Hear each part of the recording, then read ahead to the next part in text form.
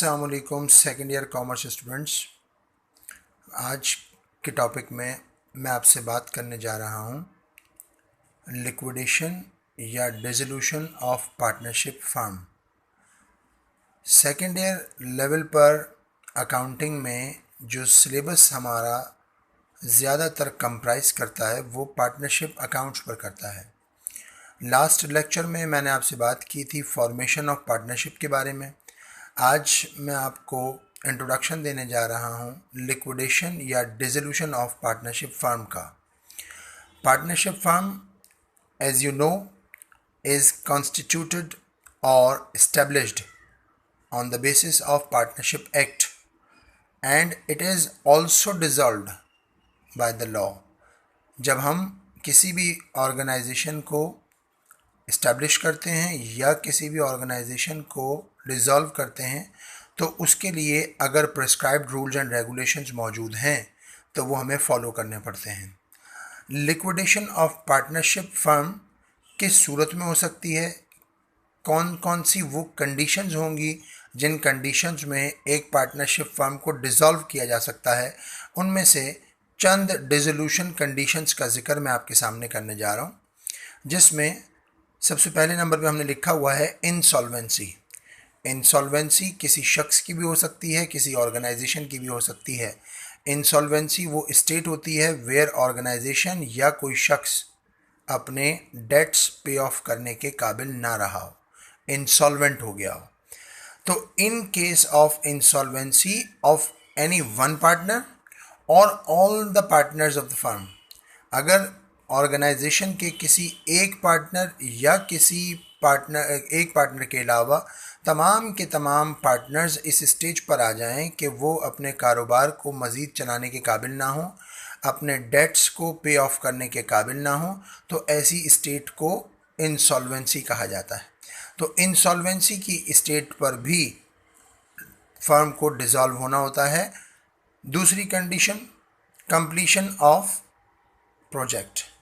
अगर पार्टनर्स ने डिसाइड किया था कि वो जो पार्टनरशिप कॉन्स्टिट्यूट करने जा रहे हैं वो कॉन्स्टिट्यूशन उनकी किसी स्पेसिफिक प्रोजेक्ट या असाइनमेंट या वेंचर के लिए थी, अगर वो असाइनमेंट कंप्लीट हो चुका जिस मकसद के लिए पार्टनरशिप को इस्टेब्लिश किया गया था, तो उसके बाद वो पार्टनरशिप को डिज़ोल्व होना होता है। ये एक दूसरी कंडीशन थी पार्टनरशिप डिसोल्यूशन की।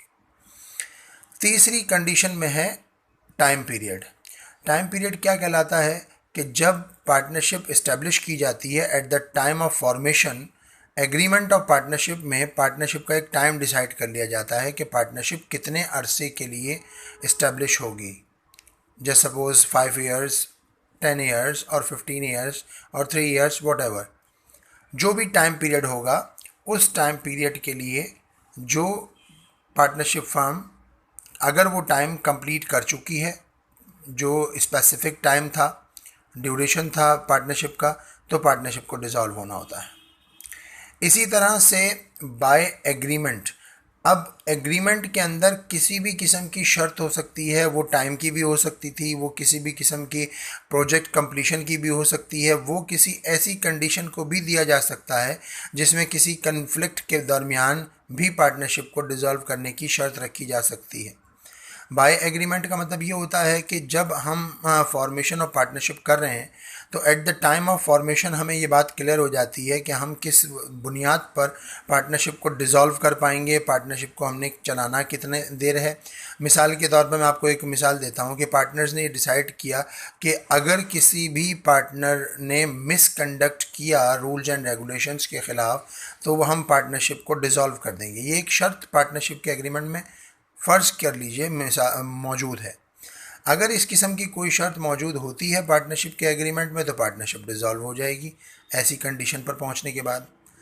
या किसी भी किस्म की ऐसी शर्त जो कि एग्रीमेंट में रखी गई हो कि अगर किसी पार्टनर को कन्विक्टेड किसी केस में पाया गया तो पार्टनरशिप डिज़ोल्व हो जाएगी। या कोई भी ऐसी शर्त रखी जाए जो एग्रीमेंट के अंदर हो और वो शर्त पूरी हो जाए तो बाय एग्रीमेंट भी पार्टनरशिप डिज़ोल्व हो सकती है। एक कंडीशन पार्टनरशिप डिसोल्यूशन की हो सकती है by the court of law.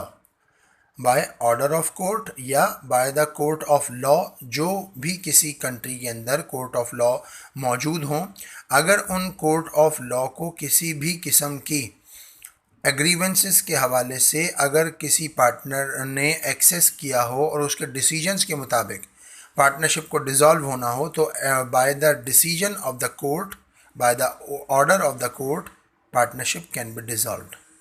ये वो चंद कंडीशंस हैं, जिन चंद कंडीशंस का मैंने आपसे जिक्र किया। इसके अलावा मुतादिद कंडीशंस और हो सकती हैं जिनकी बुनियाद पर पार्टनरशिप को डिसॉल्व किया जा सकता है।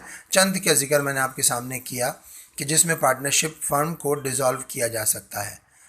इसके बाद जब पार्टनरशिप डिसॉल्व करने की बारी आ गई, तो उसके बाद हम ये डिसाइड करेंगे कि पार्टनरशिप फर्म को डिसॉल्व करें किस तरह से, उसका लिक्विडेशन का प्रोसेस क्या होगा, अकाउंटिंग फॉर लिक्विडेशन क्या होगी। अकाउंटिंग फॉर लिक्विडेशन के अंदर जब हम अकाउंटिंग करने जाएंगे, जब हम स्टेप्स इसके लेंगे, तो इसमें 4 बुनियादी स्टेप्स हैं जो हमें लेने होंगे। 4 स्टेप्स के अंदर पार्टनरशिप फर्म को डिसॉल्व किया जा सकता है, और वो उन स्टेप्स का जिक्र मैं आपके सामने यहाँ भी करने जा रहा हूँ। Number 1, disposal of assets. Disposal of assets का मतलब क्या होगा, या तो आप या मतलब क्या होगा उसका, sale of assets. Disposal of assets कहते हैं हम नॉन कैश एसेट्स को सेल आउट कर देना या उनको डिस्पोज ऑफ कर देना। कैश के बैंक के अलावा जितने भी एसेट्स होंगे जो कि नॉन कैश एसेट्स होंगे, including account receivables, bills receivables, inventories, furniture, equipment, machinery, building, plant etcetera etcetera, तमाम नॉन कैश एसेट्स को हम डिस्पोज ऑफ करेंगे, यानी उनको सेल करेंगे। उनकी अमाउंट से, उनकी सेल से जो रिकवर होने वाला पैसा होगा, उसके बाद सेकंड स्टेप पे हम करेंगे पेमेंट ऑफ लायबिलिटीज़। जितने भी बिज़नेस के क्रेडिटर्स होंगे, जितने भी बिज़नेस की लायबिलिटीज़ होंगी, उन तमाम की तमाम लायबिलिटीज़ को पे ऑफ करना, ये ज़िम्मेदारी होगी पार्टनर्स की। पहले एसेट्स सेल आउट होंगे, फिर उसके बाद लायबिलिटीज़ की पेमेंट होगी। जब एसेट्स आपके सेल आउट हो चुके हैं, जितने भी नॉन कैश एसेट्स थे, आपको उनसे कैश रिकवर हो चुका है, आप अकाउंट्स रिसीवेबल को रियलाइज़ कर चुके हो, आप इन्वेंट्री को सेल आउट कर चुके हो, उसके बाद जो अवेलेबल कैश आपके पास होगा, उसमें से सबसे पहले आप लायबिलिटीज़ को पे ऑफ करेंगे, जो भी क्रेडिटर्स होंगे उनको सेटल डाउन करेंगे।